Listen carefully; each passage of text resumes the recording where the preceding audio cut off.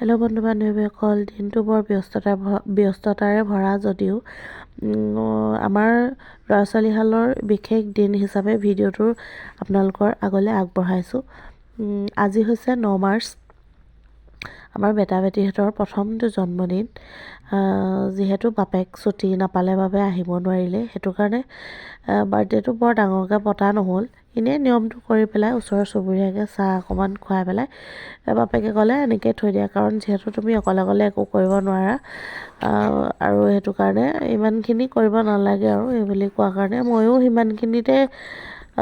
সিমানখিনিতে কৰি ৰাখিম বুলি ভাবিলোঁ। আৰু এয়া দেখিছেনে, মই বেটা বেটীহঁতৰ কাৰণে দেখিছিলে ন, কালি দেখাইছিলোঁ কেক দুটা বনাইছিলোঁ। এয়া কেক কাটিং কৰিছে।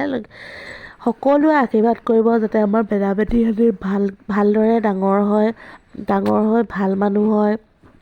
আপোনালোকৰ সকলোৰে আশীৰ্বাদৰ বহুত প্ৰয়োজন, কাৰণ ইহঁতি সৰু হৈ আছে ন, একো বুজা হোৱা নাই। সকলোৱে মৰম চেনেহ দিব, আশীৰ্বাদ কৰিব। আৰু আজিৰ ভিডিঅ'টো ইমানেই আৰু, বাই।